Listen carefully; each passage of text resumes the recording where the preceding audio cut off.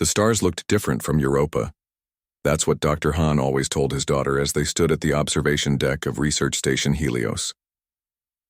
The Jupiter moon's thin atmosphere created a shimmer around the distant points of light that made them dance in ways they never did from Earth. "Dad, what's that?" 10-year-old Mina pointed to an unusual pattern of lights moving against the starfield. Dr. Han squinted, then felt a chill run down his spine. Those weren't stars. They were ships, and they weren't human. Across the station, alarms blared to life. The public address system crackled. "All personnel to emergency stations, unknown craft approaching. This is not a drill." Admiral Kim was enjoying her morning coffee at United Space Command headquarters on Earth when the transmission from Europa cut through the calm.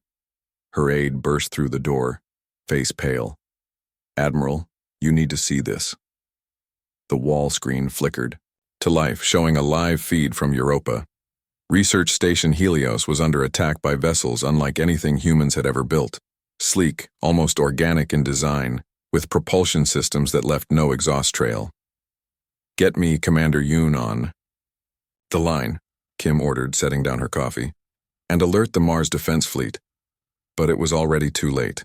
The feed from Europa showed scientists and their families running for the emergency shelters as strange energy weapons cut through the station's hull, like paper. Dr. Han grabbed Mina's hand and raced down a corridor, passing other terrified researchers. "Escape pods are this way," he shouted, pulling his daughter along.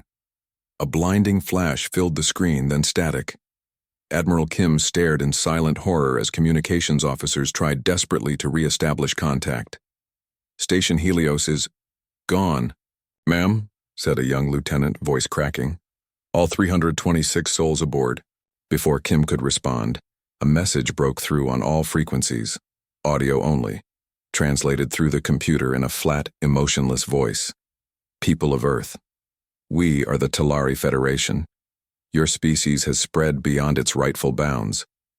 The stars are not for lesser beings. You will surrender your colonies immediately or face extinction. You have 48 hours to comply." The transmission ended. Silence fell over the command center. "Get me the Security Council," Kim said quietly, "and find out everything we can about these Talari." Within hours, reports flooded in from across the solar system. Mars Colony had spotted similar ships in orbit. The mining outpost on Titan reported unusual energy signatures. Earth's long-range telescopes detected a massive fleet gathering just beyond Pluto. In the Emergency Security Council meeting, military leaders argued for immediate surrender. Earth's defenses were designed for asteroids and the occasional pirate, ship trying to raid resource transports, not an advanced alien armada. "We can't fight something like this," General Park insisted, pointing to the holographic renderings of the Talari ships. "Their technology is decades, maybe centuries beyond ours." Admiral Kim stood silent at the window, watching Earth's orbital defense platforms glinting in the sunlight far below. She thought of Dr. Han and his daughter, of all the families on Europa who had just wanted to expand human knowledge, to reach further into the cosmos. "With respect, General," she finally said, turning to face the room. "Surrender isn't an option. Admiral, be reasonable. They killed civilians without warning or provocation." Kim cut him off. "You think they'll be merciful if we surrender? They'll wipe us out anyway, just more slowly." She walked to the center of the room, bringing up imagery from the attack. "Look here." She pointed to a frame just before the station exploded. "They targeted the residential quarters first, not the communications array or the defense systems. This wasn't tactical. It was a message." The room fell silent as the implication sank in. "If they wanted to scare us," Kim continued, "then they've made a serious mistake.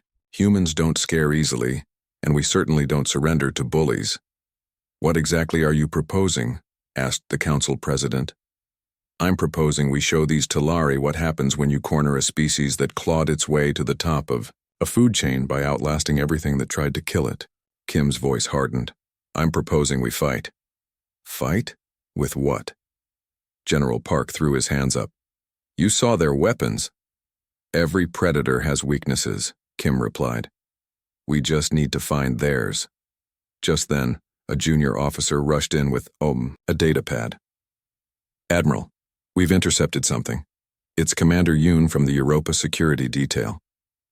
The screen flickered to life, showing a man in a bloodied uniform, transmission clearly being sent from a maintenance tunnel. "This is Commander Yoon," he whispered, glancing nervously over his shoulder. "I've got 12 survivors with me, mostly children from the school section. The aliens are hunting down the remaining personnel." His voice trembled. "But I've discovered something. They're neural implants. They use some kind of network communication. When we tried to use the station's old microwave communication array as a weapon, it disrupted their coordination completely. They're vulnerable to..." The transmission cut out abruptly. Admiral Kim looked around the room, a grim determination settling on her face. "There's our opening," she said quietly. "Now let's make these Talari regret the day they decided humans were easy prey." She turned to her aide. "Send a message to all colonies and military installations. Tell them, they want war? We'll bring the fight."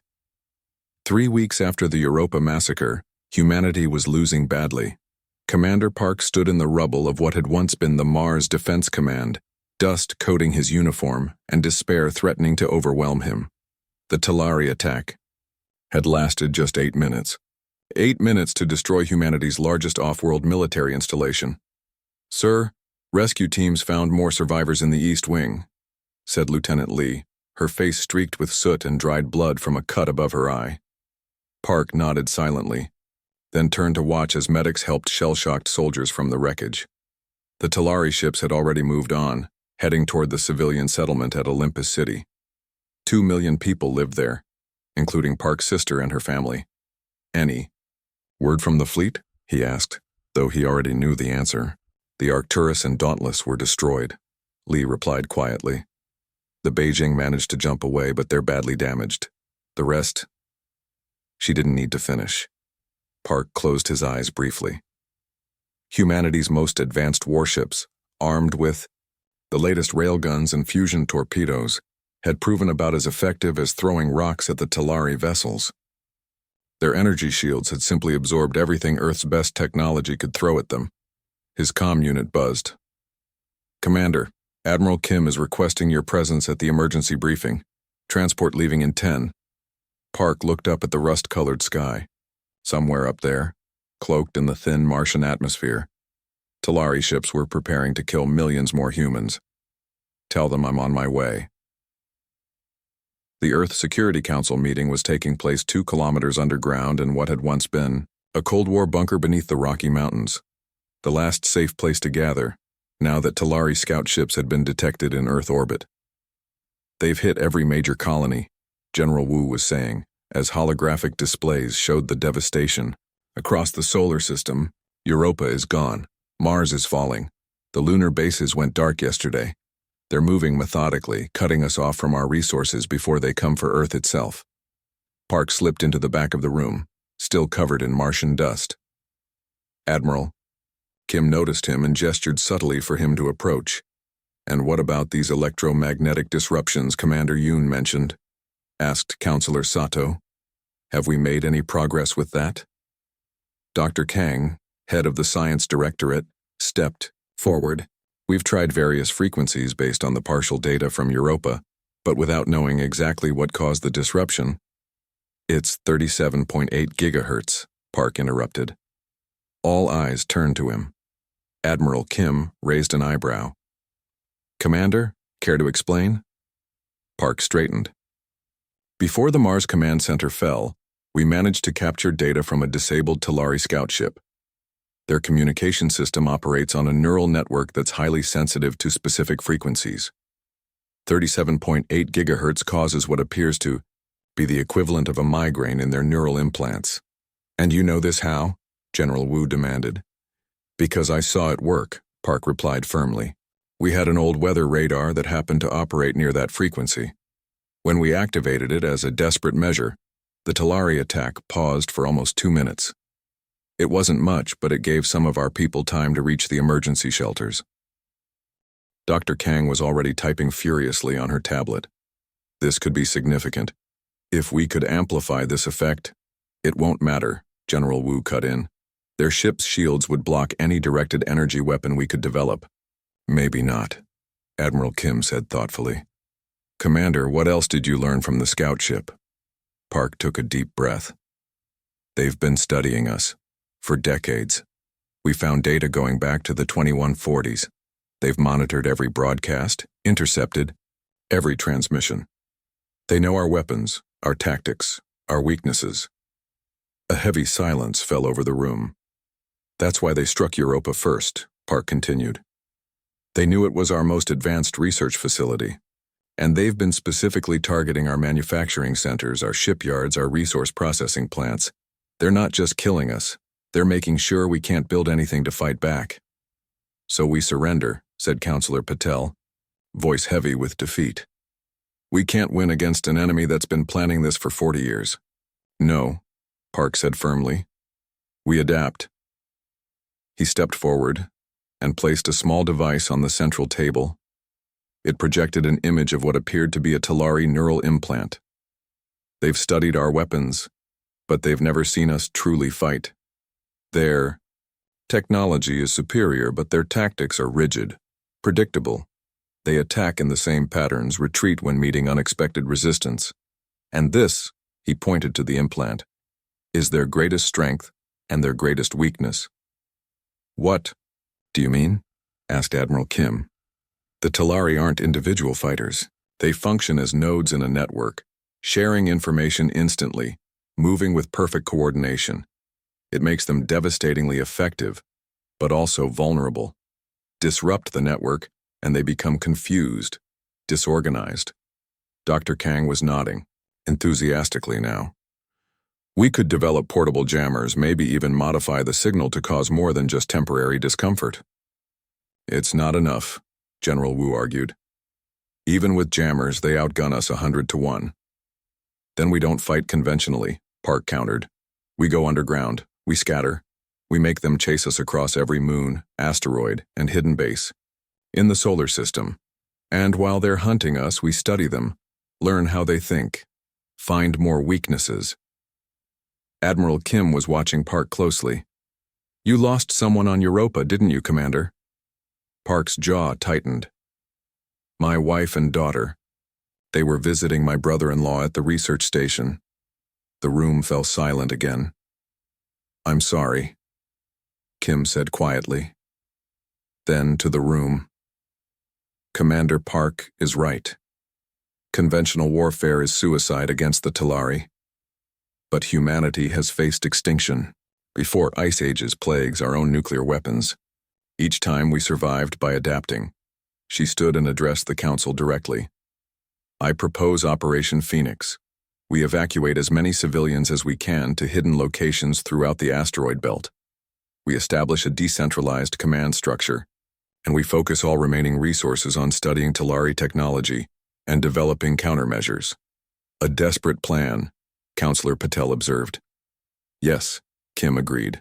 But as Commander Park said, they've studied our weapons, but they've never seen us truly fight. And they're about to learn that backing humans into a corner is the last mistake any species should make. Dr. Lee hadn't seen sunlight in 3 months. Working in an underground lab carved into the heart of Ceres, the largest asteroid in the belt between Mars and Jupiter, she'd almost forgotten what it felt like to stand under an open sky. But that was the price of survival these days. Hand me that neural transmitter, she said to her assistant, holding out her hand without looking up from the microscope. The captured Talari technology had finally started to yield its secrets. Got it, June replied, placing the small device in her palm. Like everyone in the lab, he had that hollow-eyed look of someone who'd lost too much too quickly. His family had been on Titan when the Talari destroyed the Saturn moon colony. Lee carefully connected the alien neural transmitter to the human-built interface she'd designed. On the screen beside her, lines of alien code began to scroll. Are we recording this? She asked, excitement creeping into her voice for the first time in weeks. Every byte, June confirmed. The door to the lab slid open, revealing Commander Park and Admiral Kim. Both looked thinner than when Operation Phoenix had begun, the strain of leading humanity's desperate resistance etched into their faces. Please, tell me you have good news, Doctor, Kim said without preamble. The Talari just found our outpost on Callisto. We lost another 2,000 people. Lee straightened, pushing back the guilt that threatened to overwhelm her every time she heard about another lost colony. Every death was a reminder that her work wasn't moving fast enough. Actually, I do have news, she said, gesturing to her workstation. We've finally cracked their neural communication protocol. It's not just a communication system, it's how they think. She pulled up a holographic display showing what looked like a complex web of interconnected nodes. The Talari don't have individual thought processes like we do. Their neural implants connect them to a shared consciousness. Not quite a hive mind, but close. Each Talari is both an individual and part of the larger network. Park leaned closer, studying the display. That's why they're so coordinated in battle. Exactly, Lee nodded. But it's also why they were so disrupted by that weather radar on Mars. The frequency didn't just jam their communications, it caused feedback in their entire neural network. Admiral Kim's eyes narrowed. And you found a way to weaponize this? Lee allowed herself a small smile. Better. I found a way to hijack it. She tapped a command into her console, and the neural transmitter began to pulse with a soft blue light. On a nearby containment unit, a captured piece of Talari technology, what they believed to be a small scout drone, suddenly activated.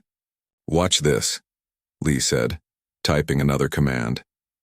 The drone rose into the air, hovered for a moment, then moved in a perfect figure-8 pattern before settling back down. You can control their technology, Kim whispered, understanding dawning on her face. Not just their technology, Lee replied. Potentially the Talari themselves. Their neural implants are their greatest strength, but also their greatest vulnerability. We can send signals that disrupt their network, cause confusion, even pain. Park shook his head in amazement. Dr. Lee, this could change everything. There's more, she continued, growing animated now.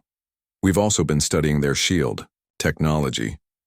It's designed to absorb and deflect energy, which is why our weapons have been useless. But it has a critical weakness.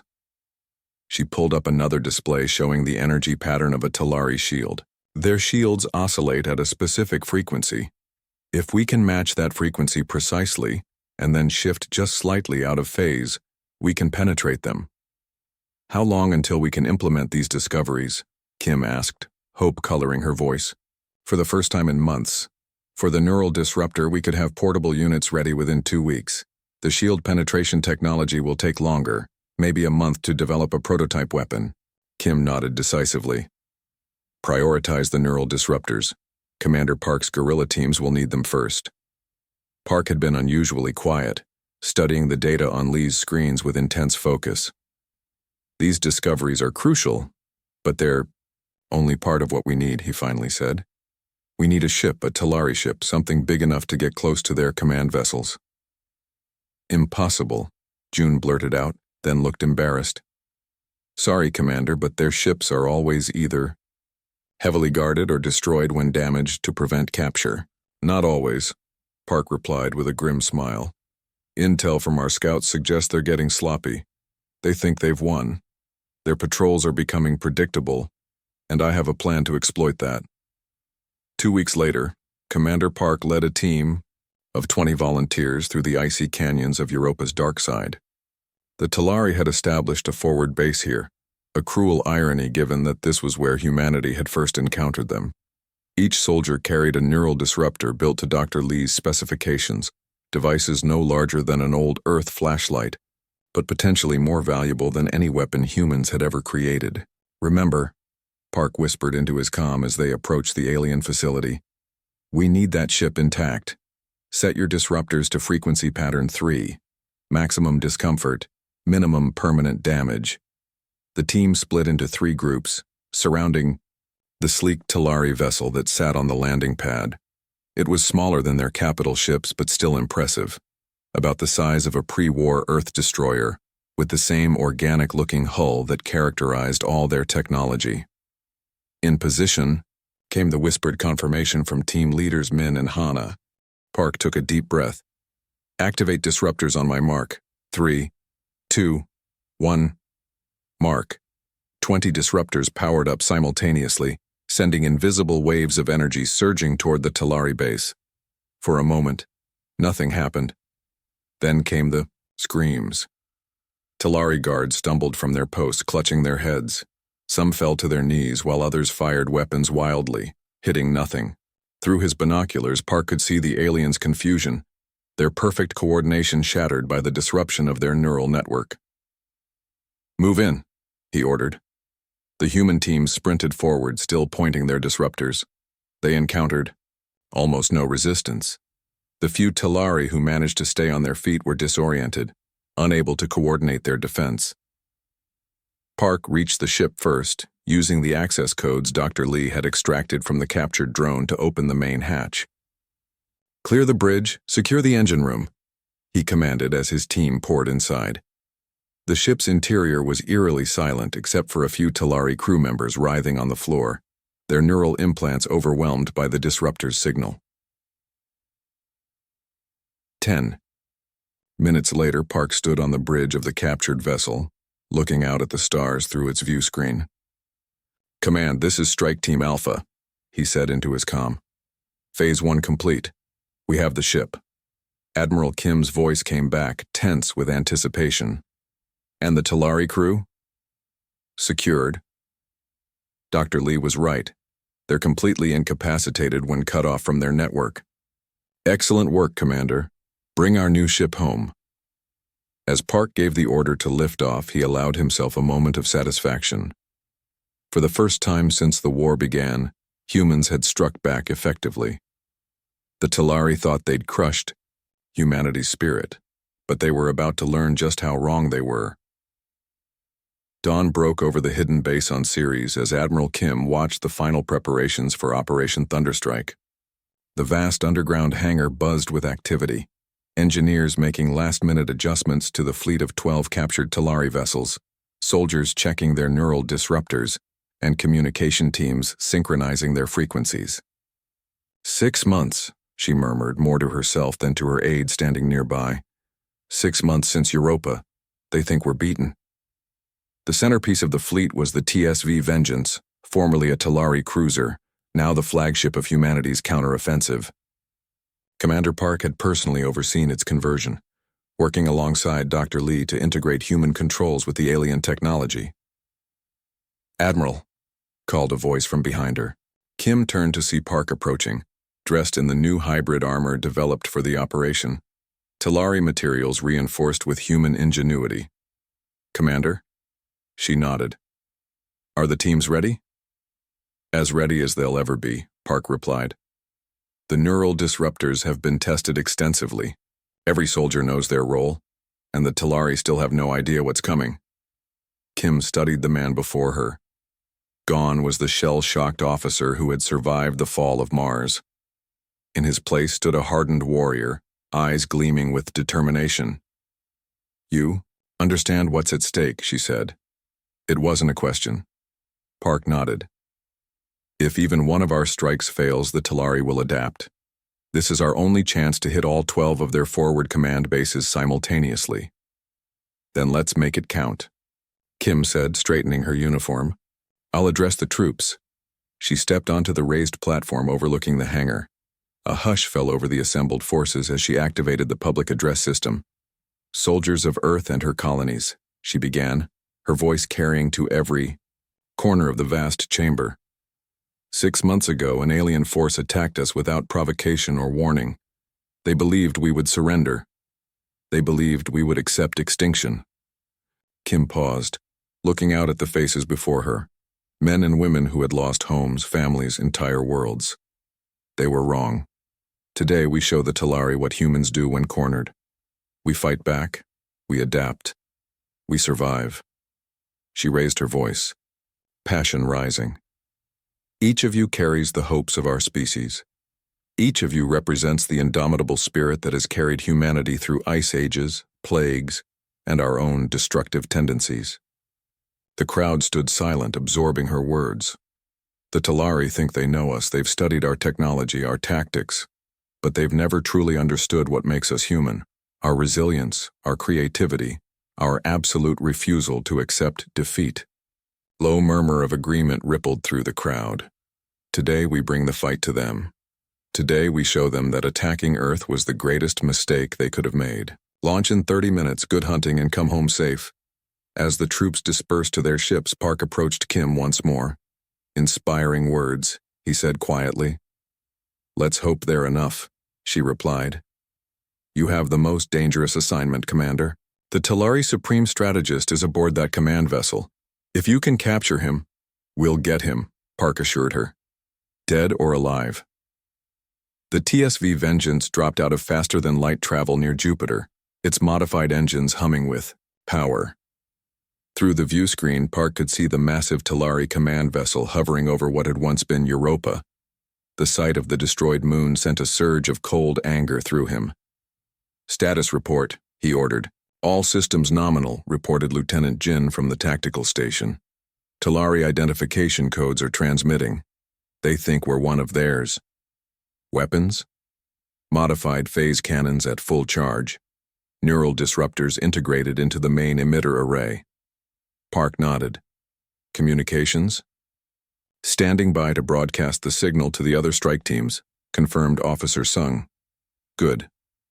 Park settled into the command chair. Begin approach. Casual speed, standard vector.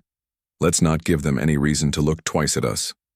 The Vengeance glided toward the massive Talari vessel, just another ship returning to the fleet. On the tactical display, Park could see the 11 other strike teams approaching their targets throughout the solar system.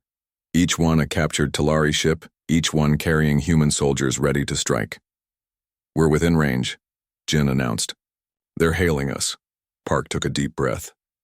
This is it. On my mark, activate the neural disruptors and fire phase cannons at their engine nacelles. 3, 2, 1, mark. Jin's fingers flew across the console. Disruptors activated, broadcasting the signal to all strike teams. The effect was immediate and devastating. The Talari command ship's lights flickered as its crew was suddenly bombarded with neural feedback that shattered their network communication. Before they could recover, the Vengeance's phase cannons fired, the modified weapons easily penetrating the Talari shields, thanks to Dr. Lee's frequency-matching technology. Direct hit on their engines, Jin reported, excitement coloring her voice. Their shields are down. Boarding teams, prepare to launch, Park ordered. Target their command center. As the Vengeance maneuvered alongside the now crippled Talari vessel, reports flooded in from the other strike teams. Strike Team Alpha reporting success at Titan Outpost. Strike Team Delta has neutralized the Mars Command Center. Strike Team Omega has control of the Luna base. One by one, all 11 teams reported victories. The simultaneous attack had caught the Talari completely by surprise, their rigid command structure unable to respond to threats from what they believed were their own ships. Boarding pods away, announced Jin as the Vengeance launched its assault teams. Park stood, checking his neural disruptor. Lieutenant, you have the bridge. I'm joining the boarding party. Sir? Jin looked surprised. Is that wise? This isn't about wisdom, Park replied, his voice hard. This is about justice. The Talari Supreme Strategist gave the order to attack Europa. I intend to look him in the eyes when we take him into custody. 20 minutes later, Park led a team of Marines through the corridors of the Talari command vessel. The ship's interior was eerily silent, its crew incapacitated by the neural disruptors. The few who remained conscious were quickly subdued. They reached the command center to find it sealed behind massive doors. Breach charges, Park ordered. The Marines placed the explosive devices and took cover. The doors blew inward with a thunderous boom. Park was the first through the smoke, neural disruptor raised. The Talari Supreme Strategist stood in the center of the room, surrounded by fallen officers. Unlike his crew, he remained upright, though clearly in pain. His skin was pale, blue, his eyes large and entirely black, the first time Park had seen a Talari up close. You, the alien said in flawless English, his voice a rasping whisper. How did you do this? How did you take our ships? Park approached slowly, keeping his disruptor aimed at the alien's chest. You studied our weapons. You should have studied Our history. Humans adapt. Humans survive. Impossible, the strategist hissed. Your technology is primitive. Your species is divided. You should have surrendered. That's where you made your mistake, Park replied. Humans don't surrender. Not when our homes are threatened. Not when our families are killed. He raised his free hand to his comm unit. Admiral Kim, we have him. Kim's voice crackled through the speaker. Excellent work, Commander. The other. Teams report similar success.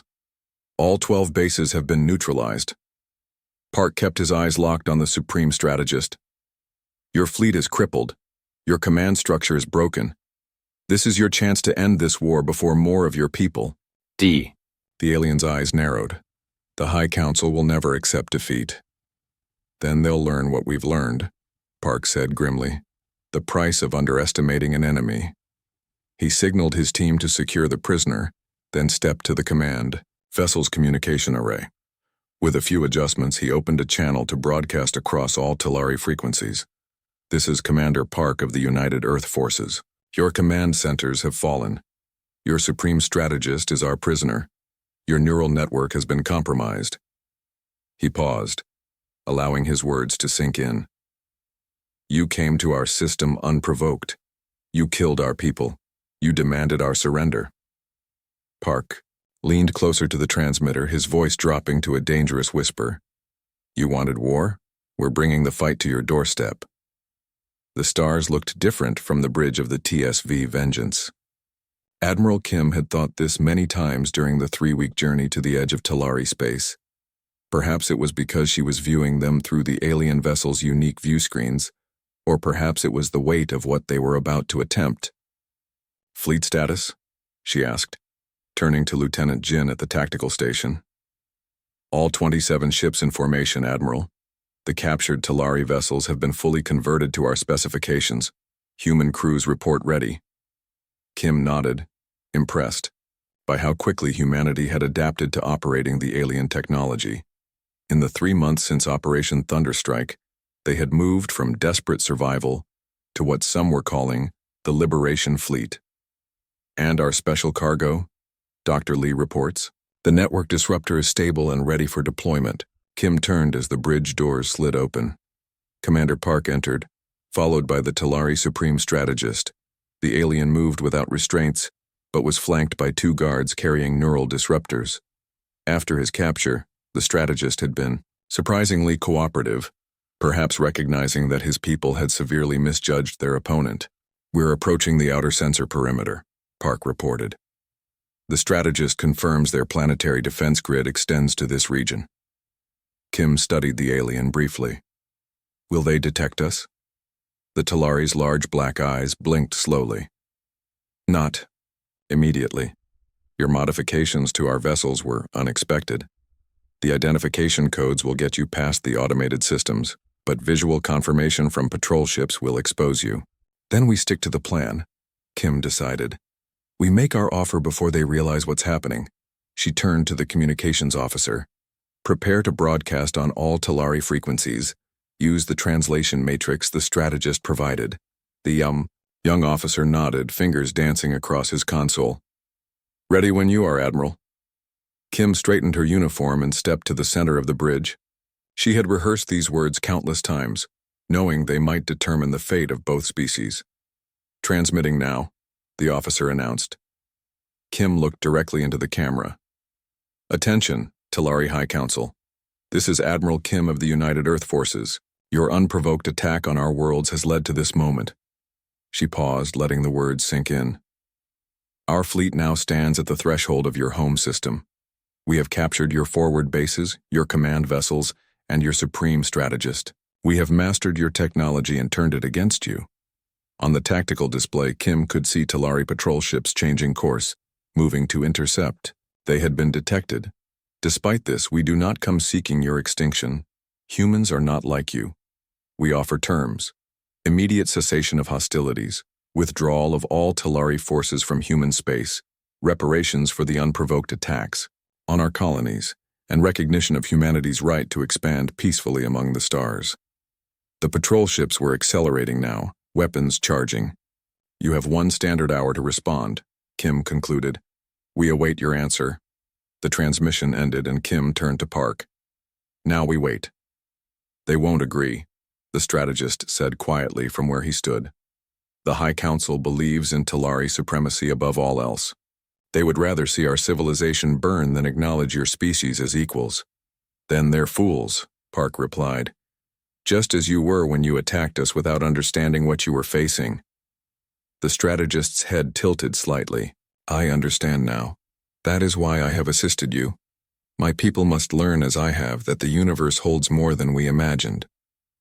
The tactical officer's voice cut through the conversation. Admiral, we're receiving a transmission from the Talari homeworld. On screen, Kim ordered. The view screen flickered to life, showing a chamber filled with blue-skinned figures seated in a semicircle. Their leader, distinguished by elaborate markings on his face, leaned forward. Human vessels, he began, voice dripping with contempt. Your presence in our space is an abomination. Your capture of our outpost was a temporary setback. Our fleet has mobilized. Surrender now, and we may allow some of your species to live as servants. Kim exchanged a glance with Park. They had expected this response. High Counselor, she replied, calmly, you misunderstand your position. Look to your long-range sensors. She nodded to the tactical officer who transmitted the coordinates of their fleet. The Talari leader's expression didn't change, but something in his posture shifted. A handful of stolen ships does not constitute a threat to the Talari Dominion, he stated, though with less certainty. We're not threatening you with ships, Kim replied. She turned to Dr. Lee, who had arrived on the bridge moments earlier. Doctor, is the network disruptor ready? Lee nodded, her face solemn. Yes, Admiral, final calibrations complete. What are you planning? The High Counselor demanded, the first notes of concern entering his voice. Kim turned back to the screen. We've learned much about your neural network, how it connects your people, coordinates your ships, controls your technology. We've also learned how to disrupt it, not just locally as we did with your outposts, but across your entire civilization. She paused, allowing her words to register. We can activate a cascading disruption that will cripple every neural implant in your empire.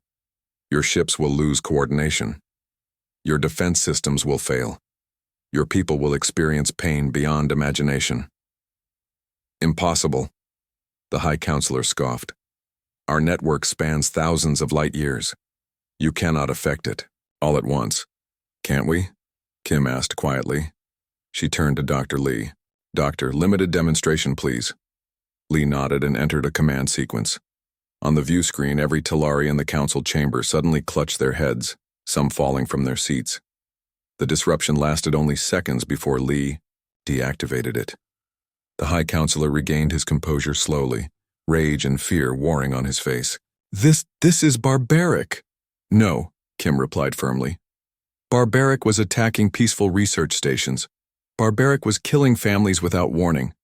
We're offering you a choice that you never gave us. She stepped closer to the screen. We can end this without further bloodshed, or we can activate the full network disruptor and bring your entire civilization to its knees. The choice is yours. The chamber on the screen erupted into chaos as council members argued among themselves, their perfect coordination shattered by the demonstration and the implications of what humans could now do. After several tense minutes, the High Counselor raised his hands for silence. We require time to consider your terms. You have 30 minutes, Kim replied coldly. Not 1 second more. The transmission cut off. On the bridge of the Vengeance, an uneasy silence fell. Will they agree? Lee asked quietly. They must, the strategist interjected. What you have demonstrated, it changes everything. Our entire civilization depends on the neural network. Park moved to stand beside Kim. And if they refuse? Kim's expression remained resolute. Then we activate the disruptor, not to destroy them, but to prevent them from destroying us. 28 minutes later, the council chamber reappeared on screen. The High Counselor looked diminished somehow. The arrogance drained from his posture. We accept your terms, he said, each word clearly painful to utter. Hostilities will cease. Our forces will withdraw from your space. Reparations will be negotiated. Kim nodded slowly. Wise decision. We will meet at neutral coordinates to formalize the agreement. After the transmission ended, the bridge erupted in cheers and embraces. 6 months of desperate struggle, of hiding and adapting and surviving, had culminated in this moment. Park found himself standing beside the Talari strategist, who watched the human celebration with curious eyes. Your species is puzzling, the alien remarked. You have the power to cripple our entire civilization, yet you choose negotiation. That's what separates us, Park replied. We fight when we must, but we prefer peace when possible. Kim joined them, her normally stern features softened by the prospect of victory. This isn't just about winning a war. It's about building a future where both our species can survive. The strategist considered this. Perhaps there is much our peoples could learn from each other, once trust is rebuilt. Perhaps, Kim agreed. She looked out at the stars, at the Talari homeworld now visible as a blue-green sphere on the view screen. But they should remember one important lesson. What's that? Asked Park. A small, fierce smile touched Kim's lips. Never corner a species that crawled from the mud of a hostile world and survived everything the universe threw at it. Humans don't start wars, but will damn well finish them.